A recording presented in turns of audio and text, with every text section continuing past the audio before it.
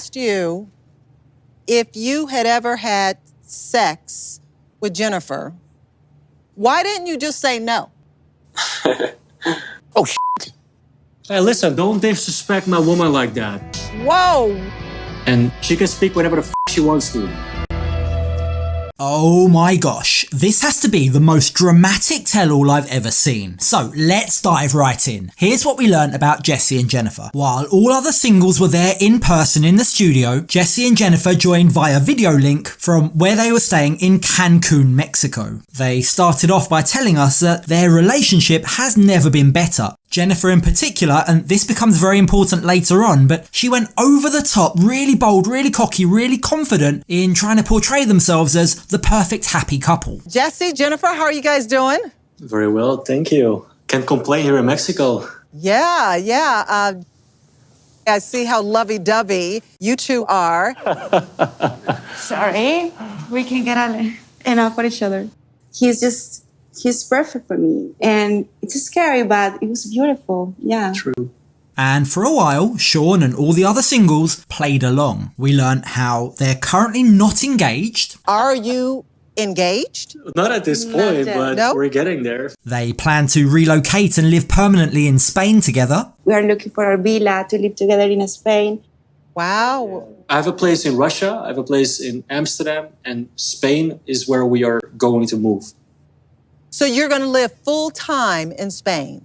Yes. Ooh, that's nice. They spoke about having kids and living together forever. So the goal is marriage? And much more. Yeah, The goal is to spend our lives together. I can wait to see in the future, a mix between Jesse, a little Jesse and Jen. Yeah. Like, so A J&J baby. J&J, baby. And on that topic of babies and bedroom activities, they also shared that they have quite an adventurous and active love life. I think she's the dominant one. Yeah? No, we she's the switch. sub. we switch. Switch?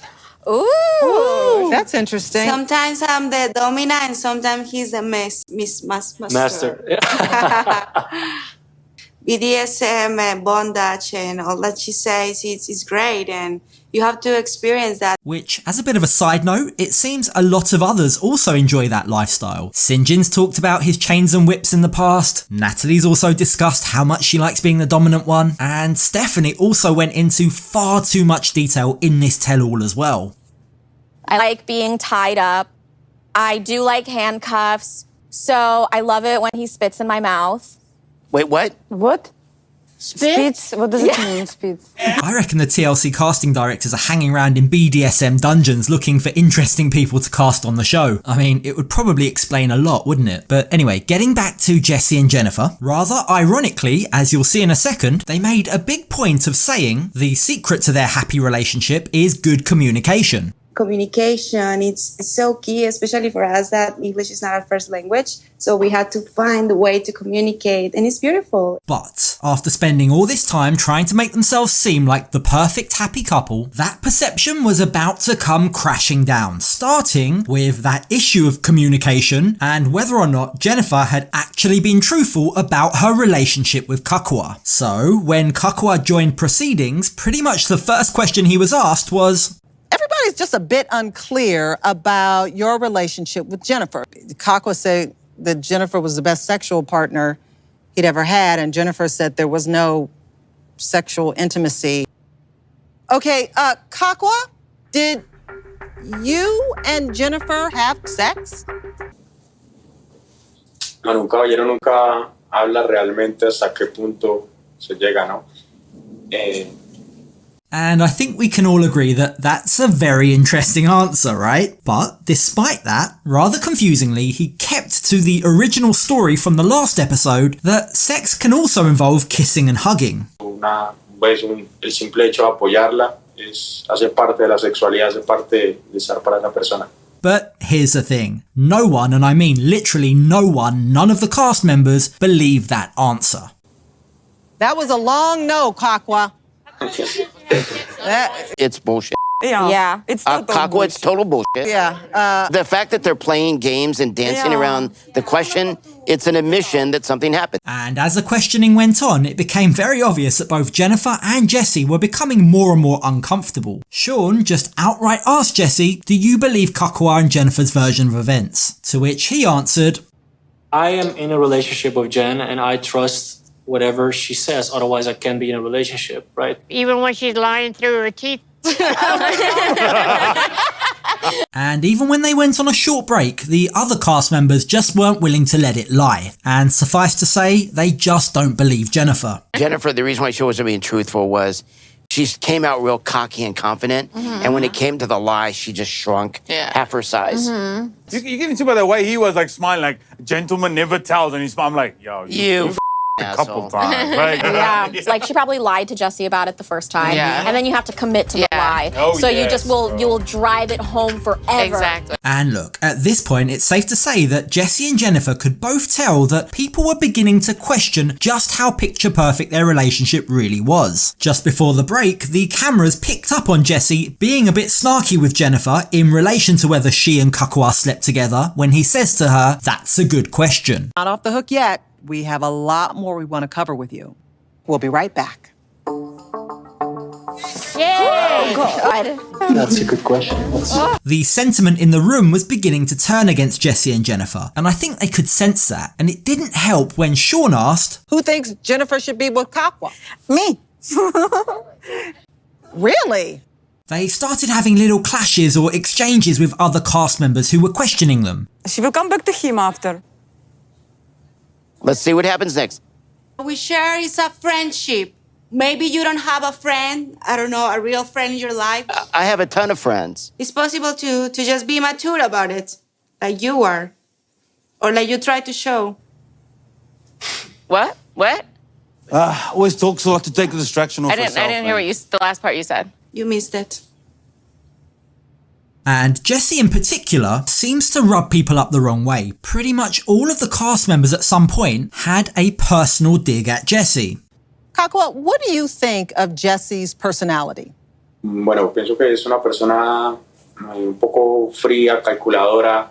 Es muy diferente a la personalidad de Jennifer. Natalie, why did you clap when he said that? Because I see the guy who makes money out of his fame, and it's clear for me. I don't see love from his side. I don't care for your arrogance. Just, that's what threw me off. I think he just comes off very egotistical. So it doesn't take a genius to realise that by this stage, both Jennifer and Jesse have got their back against the wall. They feel like everyone's ganging up on them. Their body language gets progressively more and more frustrated, and that's when, in a stroke of evil genius, the TLC producers bring in Veronica and Tim. And immediately, just from the way they introduce them, Jesse has a problem. One person Jennifer continually compared Jesse to was her ex, Tim. That's not true. You can just literally sense Jesse's frustration growing, can't you? And then, to add further fuel to the fire, Veronica and Jennifer clash. Their argument begins when Jennifer says that she never had any feelings for Tim. Veronica corrects her and says, well, hold on a minute, you accepted his promise ring. To which Jennifer says, Accepted just to throw it in the trash, and it's there. And you know what? It wasn't a real diamond. Oh, it's okay. I still have the papers on it because it was mine. And I say, whatever. You don't deserve to be here in our show. This Exactly. is about our love. There's no place for you here. It's not your show.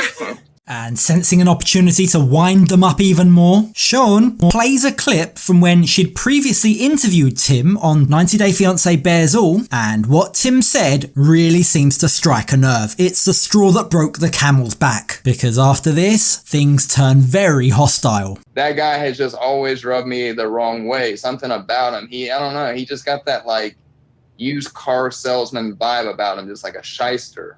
Both self-centered and, about, kind of egotistical, narcissistic, and he better have a big wallet to keep her happy. Jennifer is very offended by the idea that she needs a man with a lot of money. Oh my God. I am an architect and a fashion designer. I don't need money from a man. You love to talk about others to keep yourself relevant. To leech on other people. That's the nature of how you live your life. Jennifer then goes on a bit of a rant about how she and Jesse aren't self-centered, and when she finishes talking, Tim's response really strikes a nerve. Jesse, put your pants back on and fight your own fight here. I wish one day you will stop She won't being even let negative Jesse and trying speak. to He's say already to other trained. people like you only What do you mean he's already can trained? do. Listen, I let my woman speak. Very different from you. I'm not trained. I let her speak. Okay. And what big wallet? You don't even have one. I think she just likes money. Hey, listen, don't disrespect my woman like that.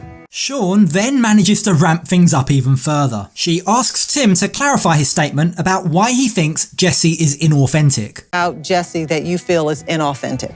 Everything. Look who's talking.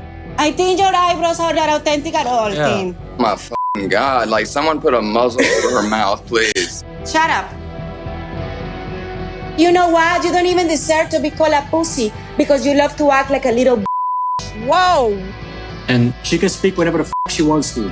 Look, I'm here for the drama. This makes for great TV, but make no mistake, TLC and the producers knew exactly what they were doing here. They allowed Jennifer and Jesse to present themselves as this perfect couple, only to then systematically poke holes in that story, get them more and more annoyed in the process, and then bring them crashing back down to earth. Literally the only way this could get better is if in part 2 of the tell-all they bring on Darcy. That I would love to see. So that's how part 1 of the tell-all ended. If you haven't already, show your support by hitting that like button and don't forget to subscribe to this channel so you don't miss part 2 of the tell-all when I release it next week. Thanks for watching. I'll catch you on the next video.